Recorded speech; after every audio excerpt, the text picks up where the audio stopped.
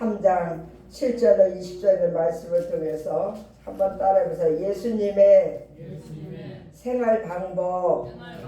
네, 예수님의 생활을 어떻게 하셨나, 생활 방법에 대해서 잠깐 생각해 보고자 합니다. 사람은 그거 생각하고 생활하는 삶의 패턴에 따라서 그의 인생에 커다란 영향을 미칠 수 있습니다. 성경은 두 가지 중요한 주제로 되어 있습니다. 첫째는 인간이 어떻게 하면 구원받아 천국 갈 수 있는가이고, 둘째는 구원받은 성도가 어떻게 하면 이 세상에서 올바르게 살 수 있는가 하는 것입니다. 유감스럽게도 오늘날 그리스도인들은 어떻게 하면 올바르게 살 수 있는가 하는 삶에 대한 것은 뒤로 하고 구원받고 천당 가는 것만 중요하게 생각하는 경향이 있습니다. 이러한 경향은 어떻게 사는가의 삶의 문제를 소홀히 함으로써 예수님은 믿지만 불건전한 생활을 하는 사람들이 많아지게 되는 원인이 되었습니다. 야고보 성도 기자가 믿음이 그의 행함과 함께 일하고 행함으로 믿음이 온전케 되었느니라고 한 말씀처럼, 우리가 구원의 방편이 되는 믿음과 믿음의 형상인 생활이 뗄래야 뗄 수 없는 관계와 문제점에 도달해 있다는 것을 알아야 합니다. 그래서 그 사람이 어떻게 사는지, 그의 생활을 보면 그 사람이 과연 구원받았는지 못 받았는지 알 수 있게 되는 것입니다. 오늘 본문의 말씀은 예수 그리스도의 성령 초기에 있었던 사건입니다. 어느 날 예수님은 갈릴리 해변 근처에 있는 해당에 들어가셔서 한편 수많은 사람을 고치는 이적을 행하셨습니다. 많은 사람들은 한호하며 깜짝 놀랐어요. 사람들은 예수 그리스도가 이 세상에서 어떻게 생활하셨는가 하는 삶의 자세를 통하여 우리가 이 세상에서 어떻게 살아야 할 것을 잘 알려주고 있습니다. 첫 번째, 물러설 줄 아는 사람이 되어야 됩니다. 7절 보세요. 예수께서 제자들과 함께 바다로 물러가시니 갈릴리에서 큰 무리가 쫓으며 그랬어요. 예수께서 제자들과 함께 바다로 물러가시니 라고 말합니다. 1절에서 6절까지 보면 예수님께서 해당에서 한편 수많은 사람을 고치시는 기적을 행하셨는데, 이곳은 갈릴리 바다 해변 근처에 있는 곳으로 바리새인들과 헤롯 땅이 많이 살고 있었습니다. 바로 이곳에서 손마른 사람을 고치시고 바리새인들과 헤롯 당원들로부터 죽음의 위협을 받으면서 그 자리를 떠나서 갈릴리 바다로 물러서신 모습을 볼 수 있습니다. 왜 예수님께서 물러가셨습니까? 그것은 열강적인 무리를 피하기 위해서이며 바리새인들과 헤롯 왕에게 생명의 위협을 느껴서 물러가신 것입니다. 예수님께서 물러가셨다는 것에는 중요한 교훈이 있습니다. 놀라운 기적을 행하시고 수많은 동조자들을 거기에서 얻었으니까 바리새인들과 헤롯 땅을 쳐부수고 로마와 더불어 전쟁할 수 있는 힘을 기를 법도 한데, 그런 한호하고 열광하는 무리를 뒤로 하고 물러섰다는 데는 삶의 중요한 의미가 있습니다. 예수님께서 뒤로 물러서신 것은 무기력해서 그런 것이 아니에요. 모든 일을 행할 수 있는 능력이 있으셨지만 스스로 물러서신 것입니다. 우리의 생활 속에 일어나는 대부분의 시험과 문제가 어디에서 생깁니까? 물러설 줄 모를 때 생기는 것입니다. 교회 안에서도 사회에서도 물러서지 않고 자기 의견과 주장을 꺾지 않는 사람들이 많이 있습니다. 자기 아니면 안 된다고 생각합니다. 이런 사람들은 예수님의 자세를 본받아야 합니다. 예수님께서 큰 일을 행하시고 한 발자국 뒤로 물러서신 것은 죽음에 대한 공포가 있어서가 아니에요. 예수님은 메시아로서 우리를 죄와 사망에서 건져내시기 위해서 십자가를 져야 할 사명이 있었습니다.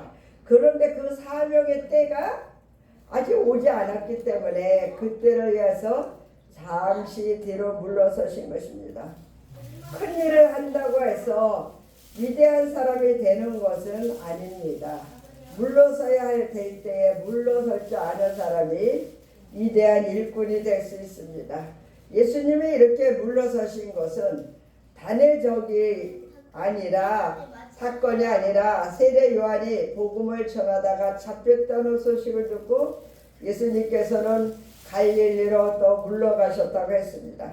수많은 사람들이 병고침을 받고 예수 그리스도를 따르려고 할 때에 예수님께서는 물러가셔서 한적한 곳에서 기도하셨습니다. 한마디로 말해서 큰 일을 기적을 행하시고 영광을 받지 않고 그 영광을 아버지께 돌리고 자신은 낮아지고 겸손해졌다는 사실이에요. 우리는 내가 좀 뭘 하면은 나타내려고 하고 자랑하려고 하는데 주님은 그렇게 하지 않으셨습니다. 두 번째는 자기를 숨길 줄 아는 사람이 되어야 합니다. 본문 12절에 보세요. 12절.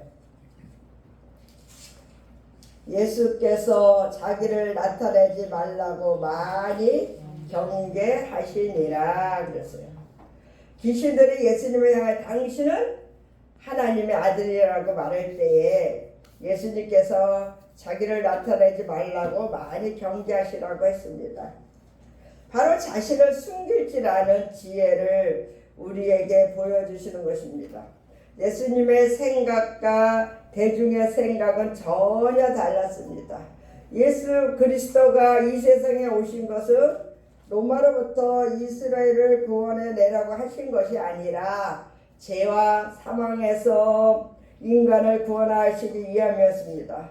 그래서 예수님은 그 사명의 때가 오기까지 자신의 신분을 숨겨두시기를 기뻐하셨다는 것입니다. 예수님은 마태복음 6장 3절로 4절에서 오른손이 하는 것을 왼손이 모르게 하여 내 구자함이 은밀하게 하라. 은밀한 중에 보시는 너희 아버지가 갚으시리라 했습니다. 마가복음 1장 44절에 보면 상가모에게 아무 말도 하지 말고 가서 내 몸을 제사장에게 보이고 내 깨끗게 됨을 인하여 모세의 명한 것을 드려 저희에게 증거하라. 이렇게 문둥병자들에게 말씀하셨어요. 사람들은 드러내야 할 때가 있지만 숨어야 할 때가 있는 것입니다. 오늘날 교인들 중에도 나타내기를 좋아하는 사람들이 너무나도 많죠. 은혜 좀 받았다고 자신의 받은 은혜를 너무나 자랑하고 나타나는 사람들이 많습니다. 자신의 똑똑함, 부유함, 무능함을 자랑합니다. 그래서 잠언 11장 13절에 보면 두루 다니며 헌담하는 자는 남의 비밀을 누설하나 마음이 신실한 자는 그런 것을 숨기느니라 했습니다. 이사야 45장 11절에도 이스라엘의 하나님이여 진실로 주는 스스로 숨어 계신 하나님이시다. 하나님은 숨어 계시기를 기뻐하십니다. 우리 교회에도 보면 숨은 봉사들이 있지. 아무도 모르게 하나님의 일을 하는 분들이 있어요. 하나님 앞에 하나님이 보고 계시는 거예요. 성경에 보니까 열왕기상 17장에 보니까 아합 왕에게 고하되 나의 섬기는 이스라엘의 하나님 여호와의 사심을 가리켜 맹세하노니 내 말이 없으면 수년 동안 우로가 있지 아니하리라 하니라. 그러면서 바로 아합 왕이 이제 하나님 앞에 우상 숭배하고 범죄했을 때에 하나님께서 이제 엘리야 선지자를 통해서 이렇게 선포하라고 하는 거예요. 이제 내 말이 없으면 수년 동안 비가 오지 않으라. 비가 얼마 동안 안 왔어요? 3년 6개월 동안 비가 안 왔어요. 우리나라를 지금 저 아랫지방은 가뭄이 와서 식수가 모자른다고 하죠. 이렇게 했을 때에 열왕기하 17장 3절을 보니까 너는 여기서 떠나 이제 동으로 가서 요단아 그린 시냇가에 숨고 그 시냇물을 마시라. 내가 까마귀들을 명하여 거기서 너를 먹이게 하리라. 그랬어요. 아합 왕이 이제 엘리야를 잡아 죽이려고 하니까 하나님이 어떻게 해요? 너는 떠나서 동쪽으로 가서 요단아 그린 시냇가에 숨어라. 그리고 시냇물을 먹고 있어라. 그러면 내가 까마귀를 통해서 거기서 먹을 것을 떡과 고기를 물어다 주리라. 이렇게 해서 먹고 있었어요. 너는 가서 이제 18장에 보면 또 너는 가서 아합에게 보이라. 내가 비를 지면에 내리리라. 하나님이 숨기셨다가 또 일어나서 아합 왕에게 보라 그러는 거예요. 열왕기상 18장 17절에 보면 엘리야를 볼 때에 저에게 이르되 이스라엘을 괴롭게 하는 자여 너냐? 이제 아합 왕하고 엘리야가 딱 만났는데 아합 왕이 엘리야한테 그러는 거예요. 이스라엘을 괴롭게 하는 자 너냐? 이렇게 말하는 거예요. 그러니까 엘리야가 저가 대답하되 내가 이스라엘 괴롭게 한 것이 아니라 당신과 당신의 아비 집이 괴롭게 하였으니 이는 여호와의 명령을 버렸고 당신이 바알 신을 쫓았음이니라 그랬어요. 아합 왕이 우상을 섬기고 아내 말을 듣고 이세벨 말을 듣고 하나님의 싫어하는 죄를 졌을 때 3년 6개월 동안 비가 오지 않았을 때 하나님은 엘리야에게 선포하게 하시고 이제 숨어라. 그 다음에 나타나라. 그 다음에 시냇물이 다 마르니까 시돈으로 가라. 그래서 사르타 갑을 통해서 3년 6개월 동안 다함이 없는 축복을 주셨죠. 그러면 이제 엘리야 나타나라. 아합에게 보여라. 그래서 만났을 때 너는 이스라엘을 괴롭게 하는 사람이야. 내가 왜 괴롭게 합니까? 왕이 하나님을 버리고 여호와의 명령을 버렸고 바알신을 쫓았으므로 하나님이 이렇게 비를 안 주셨는데 왜 깨닫지 못하십니까? 그러고서 이제 갈멜산에서 영적 전쟁하죠. 바알신과 아사라 신을 섬기는 사람들과 엘리야 한 명하고 850대 이제서 기도해서 하늘에서 불을 내리는 신이 참신이다. 이렇게 얘기를 해서 누가 이겨요? 엘리야가 이기잖아. 하나님이 함께 하셔서. 하나님은 때로는 숨길 때가 있고 나타날 때가 있다는 사실을 기억해야 합니다. 세 번째는 남을 세워줄 줄 아는 사람이 되어야 합니다. 오늘 본문 14절에 이에 12를 세우셨으니 예수님이 세우신 12명의 제자들은 다 문제가 많은 사람들이었습니다. 베드로는 예수님에게 이제 겟세마네 동산에 이제 예수님을 잡으러 왔을 때 칼을 뽑아서 말구의 귀를 단칼에 잘라버리게 되죠. 그래서 주님이 뭐라 하세요? 검을 가진 자는 검으로 망하니까 베드로야 그것도 참아라 이렇게 했어요. 베드로는 다 죽을지언정 주님을 버리지 않겠습니다 했지만 3번이나 계집종 앞에서 모른다고 부인했던 사람입니다. 요한과 야고보는 대단한 야신가였어요. 모든 제자들을 제치고 자기들이 최고의 사람이 되게 해달라는 야심을 가졌어요. 하나님 예수님이 보좌에 앉으시면 왕이 되면 이제 국무총리 자리 한 자리씩 주십시오 이러는 거예요. 또한 빌립은 타산가였어요. 5,000명을 사람들에게 보리떡 5개와 물고기 2마리를 가지고 먹일 수 있냐 할 때 아이고 예수님 이 사람들 다 먹이려면요 200데나리온이 있어야 합니다. 이렇게 계산적이고 타산적으로 예수님을 믿던 사람입니다.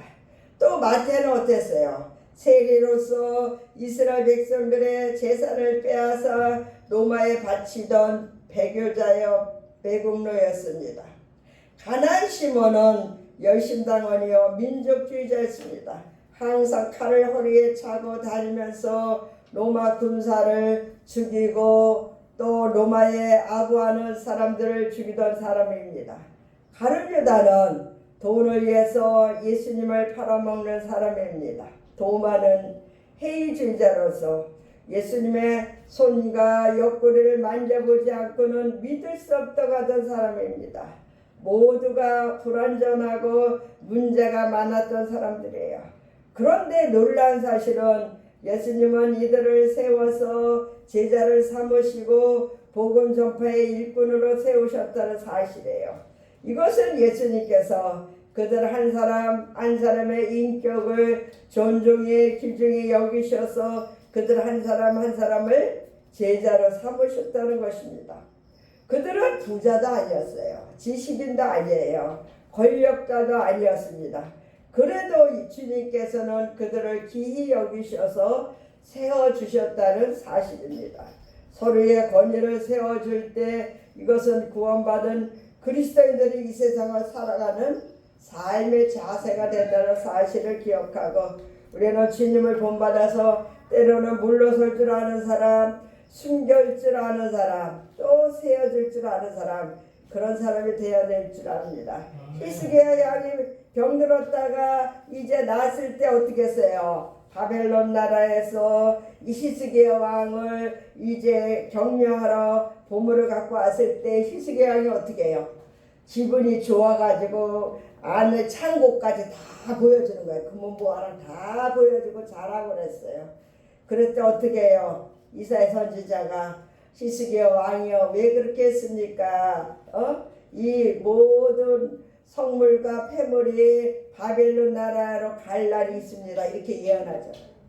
결국 바벨론 나라가 쳐들어와서 보여줬던 폐물과 성물과 모든 것을 다 성취해 가잖아요. 그러니까 모든 것을 다 자랑하는 게 다는 아니라는 사실이에요. 그래서 우리는 때로는 물러설 줄도 알고 숨길 줄도 알고 세워줄 줄 아는 그런 삶이 되시기를 주님의 이름으로 축원합니다. 아멘. 기도합니다.